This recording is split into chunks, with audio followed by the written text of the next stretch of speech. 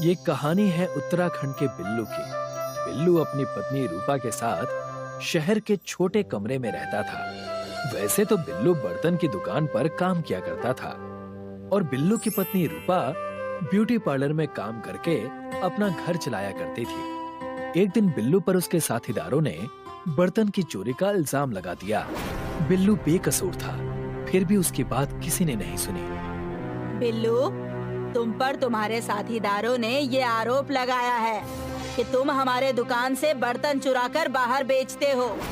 मैंने कोई चोरी नहीं की है, ये सब मुझ पर झूठा इल्जाम लगा रहे हैं।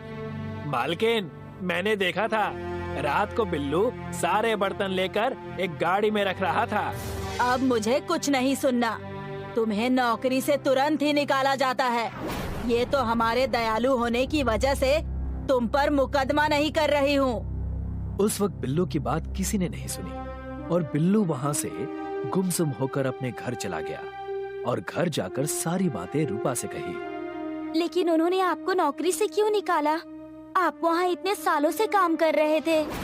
मेरे ईमानदार और सरल होने की वजह से मेरे साथ काम करने वाले सभी मुझसे जलते थे।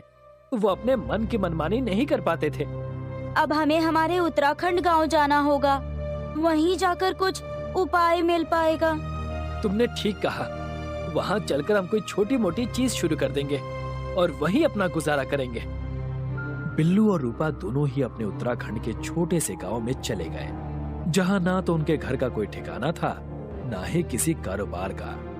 गांव जाते ही सबसे पहले उन्होंने अपने गांव के सबसे पुराने पवित्र मंदिर में दर्शन किए। बचपन में इस मंदिर में अपनी माँ के साथ आया करता था, तब से ये मंदिर वैसा का वैसा ही पवित्र है। लोगों का मानना है कि यहाँ जो भी इच्छा मांगो वो पूरी होती है। ये तो बड़ी अच्छी बात है। भगवान करे हमारे सारे दुख खत्म हो जाए। बिल्लू और रूपा मंदिर में प्रार्थना करके बाहर जा ही रहे थे कि बिल्लू की नजर मंदिर के कोने में रखे एक शीशे पर पड़ी, जो हल्की सी रात को चमक रही थी। रूपा, वो देखो, मंदिर के उस कोने में शीशा रखा हुआ है और वो चमक भी रहा है। ना तो हमारे पास घर है और ना ही कोई जगह, हम उसका करेंगे भी क्या? हमें यहाँ से चलना चाहिए। रुको, हमें वहाँ चलकर देखना चाहिए। मंदिर में श्रृंगार का क्या काम? उस शीशे को हम बाहर रखवा देते हैं। बिल्लू जैसे ही उस शीशे को उठाकर मंदिर के बाहर ले जाता है, वहाँ एक जोर सी बिजली आती है और उस शीशे से टकराती है। शीशा बिल्लू के हाथ से छूट जाता है। उस बिजली की आवाज से बिल्लू और रूपा बहुत डर जाते हैं। ये सब क्या हो रहा है? रूपा, हमें यहाँ से निकलना चाहिए, हमारी जान को खतरा भी हो सकता है। जल्दी चलिए, रोशनी और ना आ जाए। रूपा और बिल्लू मंदिर के बाहर जाने ही वाले थे कि शीशा और चमकने लगा और देखते ही देखते उसके अंदर से एक बुजुर्ग औरत बाहर आ गई। हे भगवान, मैं ये क्या देख रही हूँ? शीशे के अंदर से कोई कैसे आ सकता है? तुम दोनों घबराओ नहीं, मैं तुम्हें कोई हानि नहीं पहुंचाऊंगी।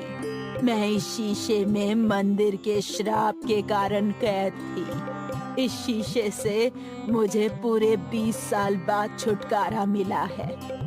लेकिन ये कैसा मजाक है? शीशे के अंदर कोई कैसे कैद हो सकता है? ये बात है 20 साल पहले की, जब तुम भी इस गांव के निवासी थे। गांव में छल कपट और दुष्टता ज्यादा होने की वजह से गांव के पुजारी और गांव वालों ने मिलकर इस जादुई शीशे की नगरी बनाई। तो इस चीज से जो भी छल या कपटी आदमी इस शीशे के सामने खड़ा होता है, तो वो तुरंत ही शीशे की चपेट में आ जाता है। जादुई शीशे की नगरी? लेकिन उसमें कैद कैसे हुई आप? गांव के मंदिर में चोरी होने की वजह से उस वक्त पुजारी ने मुझे जादुई शीशे की नगरी में कैद कर दिया था। तुमने जब मंदिर से शीशा बाहर निकाला तो मैं आजाद हुई। चलो, मैं तुम्हें जादुई शीशे की नगरी में लेकर चलती हूँ। उस बुजुर्ग महिला की बात सुनकर रूपा और बिल्लू उत्साहित हो गए और जादुई शीशे का गांव यानी शीशे की नगरी में जाने की इच्छा जाहिर की। लेकिन हम वहाँ से बाहर कैसे आएंगे? तुम उसकी चिंता मत करो। तुम दोनों पति पत्नी का मन बहुत साफ है। सबसे पहले तुम उस शीशे के सामने खड़े हो जाओ और शीशे के सामने इस मंदिर के चंदन यानी तिलक को अपने सर पे लगाओ और तुम फौरन उस शीशे की दुनिया में चले जाओगे। उस बुजुर्ग महिला की बात सुनकर दोनों ने उस शीशे के सामने उस मंदिर का पवित्र तिलक लगाया।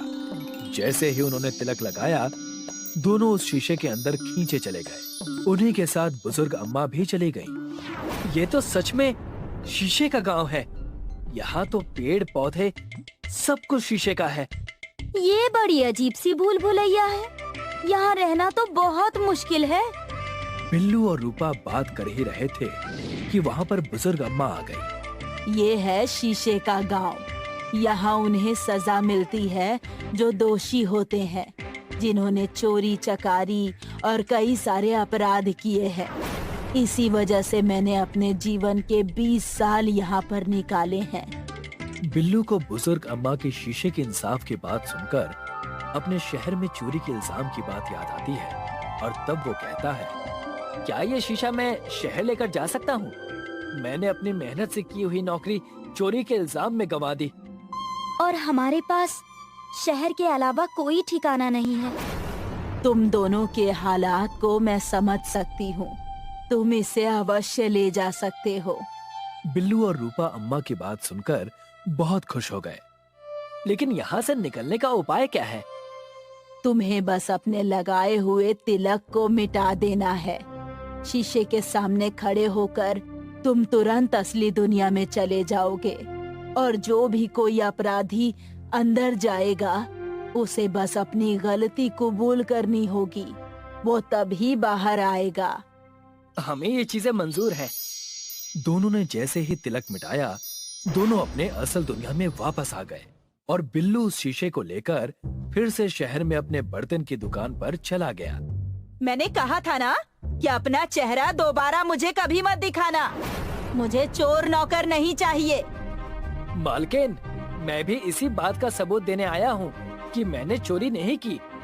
लेकिन हमें तुमसे कोई सबूत नहीं चाहिए। तुम बस यहाँ से चले जाओ। मालकिन, छोटा मुंह बड़ी बात, लेकिन इंसान को एक बार अपनी सफाई रखने का पूरा हक है। हाँ हाँ ठीक है, पर ये सब जल्दी करो। बिल्लू अपने साथीदारों को शीशे के सामने खड़ा कर देता है। वो झिझकते हुए वहाँ पर खड़े हो जाते हैं।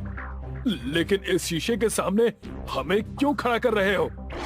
अरे भाई चलो तो, सिर्फ इतनी सी ही तो बात है। जैसे ही वो दोनों शीशे के सामने खड़े होते हैं, तुरंत ही उस शीशे के गांव में चले जाते हैं।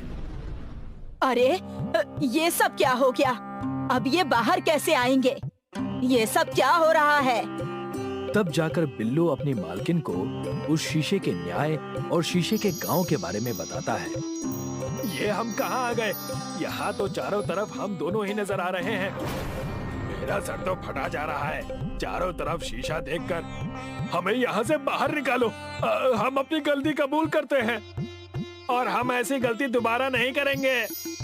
जैसे ही शीशे के गांव में उन्होंने अपनी गलती स्वीकारी, दोनों तुरंत ही असल दुनिया में वापस आ गए।